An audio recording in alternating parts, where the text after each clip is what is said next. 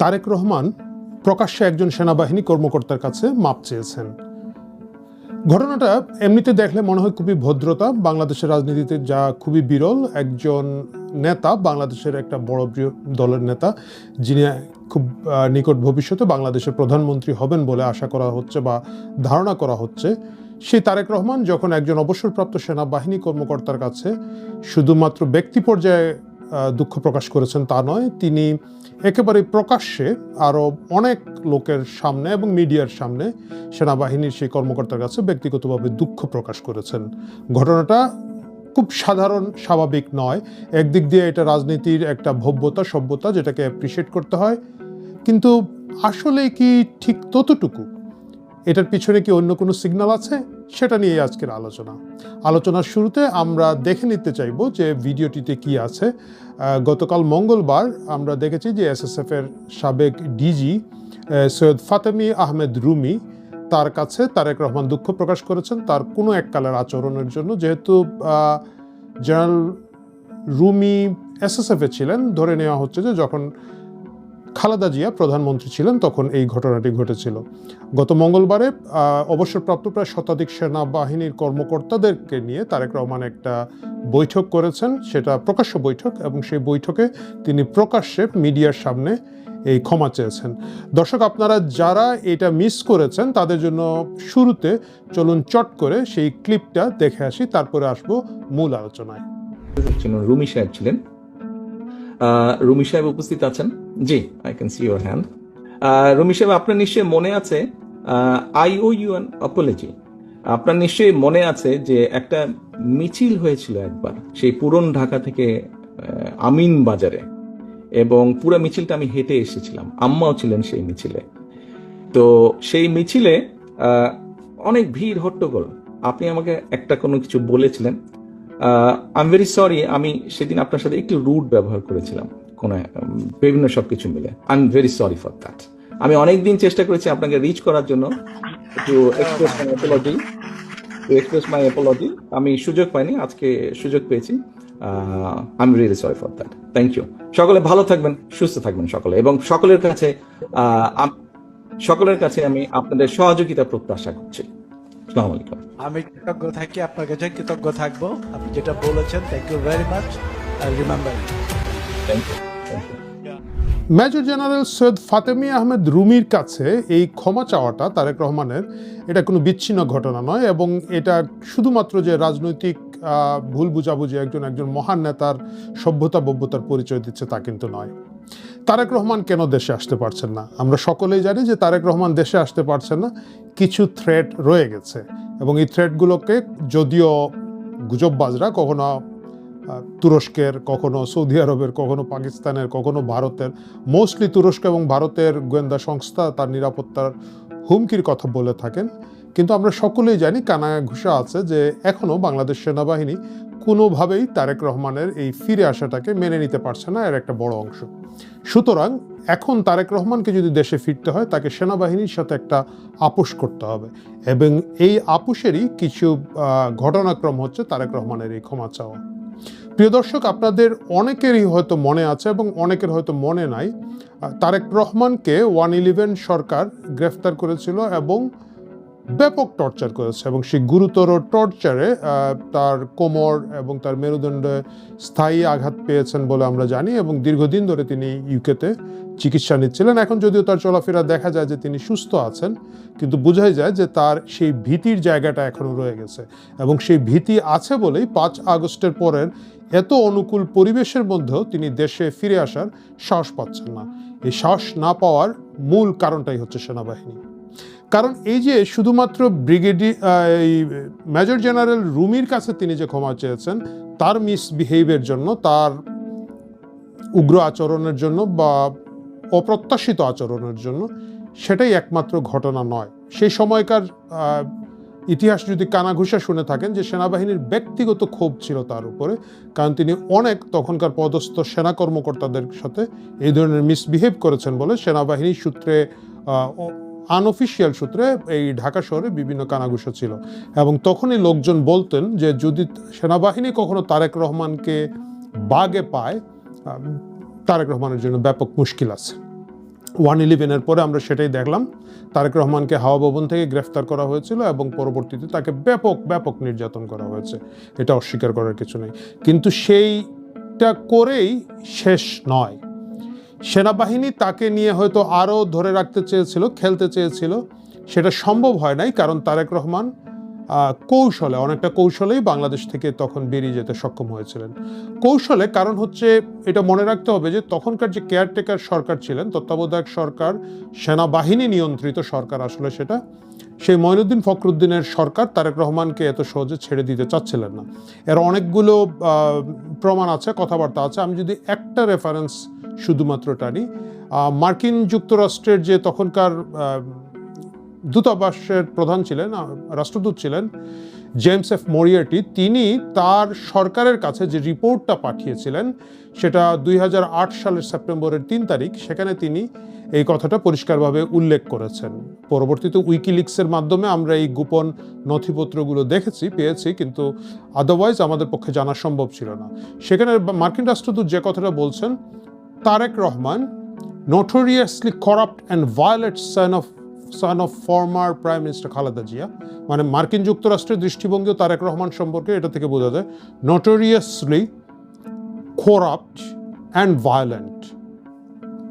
corrupt, notoriously মানে হচ্ছে যে কুখ্যাত, corrupt and violent কারণ দুর্নীতি এবং সন্ত্রাসের জন্য কুখ্যাত তারেক রহমান, সাবেক প্রধানমন্ত্রী খালেদা জিয়ার পুত্র। এইভাবে মার্কিন যুক্তরাষ্ট্রের রাষ্ট্রদূত তার রিপোর্টটা শুরু করেছেন এবং সেখানে তিনি বলছেন যে মেজর জেনারেল গোলাম কাদেরের সাথে তার কথা হয়েছে এবং মেজর জেনারেল গোলাম কাদের তখন কেয়ারটেকার গভর্নমেন্টের একজন অ্যাডভাইজার, নিশ্চিত করেছেন যে এই জিনিসটা কেয়ারটেকার সরকারের অনেকটা অগোচরে ঘটে গিয়েছে এবং তারা সরকারের জন্য দোষারোপ করছিলেন যে তখনকার যে বিচার ব্যবস্থার মধ্যে ছিলেন তাদের সেনাবাহিনীর সাথে সম্পৃক্ত নায়রা, কিন্তু মোস্টলি আসলে তখনকার অ্যাটর্নি জেনারেল ছিলেন, ওনার নাম সালাউদ্দিন। অ্যাটর্নি জেনারেল সালাউদ্দিন এটাকে ম্যানেজ করেছেন এবং মার্কিন রাষ্ট্রদূতের সেই রিপোর্টের মাঝে আছে যে তারেক রহমান যে হুট করে এই জামিনটা পেয়ে যাবেন, এটা খুব দ্রুত লয়ে করা হয়েছে এবং একটা ইঙ্গিত আছে যে তখনকার যে প্রধান বিচারালয়গুলো আছে, হাইকোর্ট, সুপ্রিম কোর্ট, সেখানে যেহেতু বিএনপির লবির লোকজন ছিলেন, বিএনপির নিয়োগ করা লোকজন ছিলেন সেখানে, এবং সেটাকে ট্রিগার্ড করেছে। এবং ডক্টর জুবাইদা রহমান তারেক রহমানের স্ত্রী, তার ব্যক্তি উদ্যোগে সম্পূর্ণভাবে বিভিন্ন চ্যানেলকে পাশ কাটিয়ে এই জামিনটা হুট করে তারা উচ্চতর আদালত থেকে নিয়েছেন। এবং মার্কিন রাষ্ট্রদূত সেখানে তার রিপোর্টে উল্লেখ করছেন যে এমনকি তারেক রহমানের যে লয়াররা ছিলেন তারাও আসলে প্রাথমিকভাবে বলেছিলেন যে এই জামিন আবেদন করা উচিত হবে না, কিন্তু সকলের অ্যাডভাইসের বাইরে গিয়ে, পরামর্শের বাইরে গিয়ে জুবাইদা রহমান খুব দ্রুত করেছেন। ধরেই নেওয়া যেতে পারে যে জুবাইদা রহমান অন্য কোনো লবির মাধ্যমে এই পরামর্শটা পেয়েছিলেন এবং সেটা খুবই নাইসলি ডিজাইন ছিল, যার কারণে খুব দ্রুত তারেক রহমান জামিন পান এবং পরবর্তীতে তিনি যুক্তরাজ্যে, ইউনাইটেড কিংডমে চিকিৎসার জন্য চলে আসেন। সেই সময় থেকে আজকে পর্যন্ত তিনি এখানেই আছেন। এখন তার ফিরে যাওয়ার বেলা যে কথাটা আমি বলছিলাম, যে যেহেতু তখনকার মেজর জেনারেল গোলাম কাদের বলছেন যে আসলে সেনাবাহিনী, উনি বলেছেন যে এটার সাথে সেনাবাহিনী উষ্মা প্রকাশ করেছে, সরকার তো উষ্মা প্রকাশ করেছে, বিব্রত হয়েছে কিছুটা, কারণ তারা খালেদা জিয়ার মুক্তির আগেও কিন্তু তারেক রহমানের মুক্তিটা হয়ে গিয়েছিল এবং তাদের সেই আফসোসটা রয়ে গেছে যে তারা তারেক রহমানকে এনাফ শিক্ষা দিতে পারে নাই, যদি আমি তাদের ভাষায় বলতে চাই। এখন যখন তারেক রহমানের ফিরে যাওয়ার সুযোগ এসেছে, 5ই আগস্ট গত বছরের পট পরিবর্তনের পরবর্তীতে তোমার দেশ আমার দেশ, তারেক জিয়ার বাংলাদেশ, সেই তারেক রহমান দেশে ফিরতে পারছেন না, কারণ সেনাবাহিনী এখনো তার ফিরে আসতে রাজি নয়। মজার ব্যাপার হচ্ছে তখনকার সেনাবাহিনীর একটা বড় অংশ আওয়ামী লবির বা আওয়ামী লীগ সমর্থিত মনে করা হচ্ছিল। তখন খুব স্বাভাবিকভাবেই তারা, বিশেষ করে হাওয়া ভবন, তারেক রহমান, তখনকার বিএনপি জামাত সরকারের উপরে বিরক্ত ছিলেন, সেটা 1/11-এর বিভিন্ন কার্যক্রমে বোঝা গিয়েছে। তাহলে এখন কি মুশকিলটা তৈরি হচ্ছে? এখন তো সেই আওয়ামী সমর্থিত সেনা অফিসাররা এখন দায়িত্বে নেই, তাদেরকে বিভিন্ন জায়গায় ছড়িয়ে ছিটিয়ে দেওয়া হয়েছে, কেউ কেউ গ্রেফতার হয়েছেন, কেউ কেউ অবসরে আছেন, 2-1 জন পালিয়েও গিয়েছেন। তাহলে তারেক রহমানের সমস্যাটা কোথায়? সমস্যাটা হচ্ছে বর্তমান সেনাবাহিনীর যেটা রয়েছে, সেই সেনাবাহিনীর একটা বড় অংশ এটা anti Awami League but pro BNP নয়, এরা প্রো জামায়াতের লোক।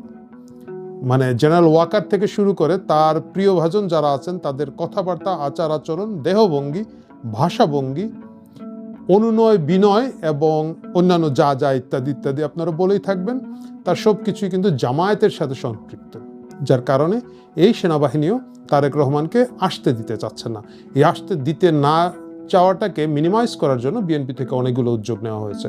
আপনারা জানেন বেগম খালেদা জিয়ার চিকিৎসকরা খুব স্ট্রংলি নিষেধ করেছিলেন যে খালেদা জিয়ার যে শারীরিক অবস্থা, এই অবস্থায় তাকে কোনোভাবেই একটা প্রকাশ্য অনুষ্ঠানে নভেম্বরে, যেটা এই সেনানিবাসে হলো, সেখানে যেতে দিতে তারা রাজি ছিলেন না। দিতে রাজি ছিলেন না কারণ এটা প্রকাশ্য অনুষ্ঠান এবং খালেদা জিয়ার বর্তমান অবস্থা, তার ইনফেকশনের সম্ভাবনা ছিল। আমরা দেখেছি পরবর্তীতে খালেদা জিয়া এখন গুরুতর অসুস্থ।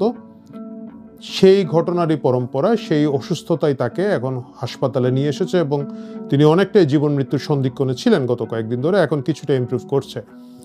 কিন্তু খালেদা জিয়া সেই 3 বাহিনী দিবসে গিয়েছেন, সশস্ত্র বাহিনী দিবসে গিয়েছেন, কারণ সেনাবাহিনীর সাথে সম্পর্ক উন্নয়নের একটা চেষ্টা বিএনপির পক্ষ থেকে করা হচ্ছে। খালেদা জিয়া এই জায়গাটা খুবই উদ্যোগী এবং স্মার্ট অবস্থায় তিনি এই অসুস্থ শরীরেও সেখানে গিয়েছেন। এটা একটা উদ্যোগ। এই যে প্রাক্তন সেনাবাহিনীর সিনিয়র অফিসারদেরকে নিয়ে প্রকাশ্যে, মানে এই জিনিসগুলো রাজনৈতিক দলগুলো করেই থাকে, তাদের যে সেনা লিঙ্কগুলো আছে সেগুলোতে তারা কথা বলে, কিন্তু এইভাবে প্রকাশ্যে সভা করার মাধ্যমে একটা সিগন্যাল দেওয়া যে তারেক রহমান বা বিএনপি আসলে বর্তমান সেনাবাহিনীর সাথে এক ধরনের আপুষে যেতে চায়, নেগোসিয়েশনে যেতে চায়। এবং এই যে ক্ষমা প্রার্থনা, এইটা একেবারেই হুট করে চলে আসা কিনা না, হুট করে তারেক রহমানের উপলব্ধি থেকে আসা কিনা না, সেটা প্রশ্ন সাপেক্ষ। কারণ এই ঘটনাটা যদি ঘটে থাকে আজকে থেকে প্রায় 20 বছর আগে, 20 বছরই তারেক রহমান ক্ষমা চাইলেন না, দুঃখ প্রকাশ করলেন না, সময় পেলেন না। এই অনুকূল সময়ে এসে তাও he could just call general Rumi, সেটা না করে প্রকাশ্যে সকলের সামনে চাইলেন। এটা এক ধরনের স্টেজ কিনা, মহড়া কিনা, এটা বোঝার একটা বিষয় আছে। এবং এর মাধ্যমে আরও সিগন্যাল দেওয়া। আমরা প্রকাশ্যে দেখলাম জেনারেল রুমির কাছে তারেক রহমান দুঃখ প্রকাশ করেছেন। আমি নিজে অ্যাপ্রিসিয়েট করি, রাজনীতিতে এই ভব্যতা সভ্যতা খুবই প্রয়োজন, খুবই ভালো জিনিস। করছি তো বেশ করেছি, এই মুড থেকে বেরিয়ে আসাটা খুবই চমৎকার কাজ হয়েছে। কিন্তু প্রকাশ্যে উনি শুধুমাত্র জেনারেল রুমির কাছে দুঃখ প্রকাশ করেছেন, অপ্রকাশ্যে পর্দার আড়ালে গোপনে উনি আর কার কার কাছে দুঃখ প্রকাশ করছেন আমরা জানি না। সেই ক্ষমা প্রার্থনা, সেই দুঃখ প্রকাশ করা, সেই সিগন্যাল দেওয়া, আমি তোমাদের জন্য নিরাপদ, তোমরা আমাকে যথেষ্ট মেরেছ, নির্যাতন করেছো, আমরা এটার প্রতিশোধ নেব না, আমরা কোনো অ্যাকশনে যাব না যদি ক্ষমতায় আসি, এটা তিনি কতটুকু বাংলাদেশ সেনাবাহিনীর বর্তমান অবস্থায় জামাত নিয়ন্ত্রিত সেনাবাহিনীকে কনভিন্স করতে পারেন, সেটাই দেখার বিষয়। তিনি যদি সেটা যথেষ্টভাবে করতে না পারেন, আমরা বোধহয় তারেক রহমানকে প্রবাসে রেখেই বাংলাদেশে অবস্থিত প্রবাসী সরকার দেখতে যাব আগামীতে। প্রিয় দর্শক, আসুন আমরা নজর রাখি এবং দেখতে থাকি আগামীতে কি ঘটে। ভালো থাকুন সকলে।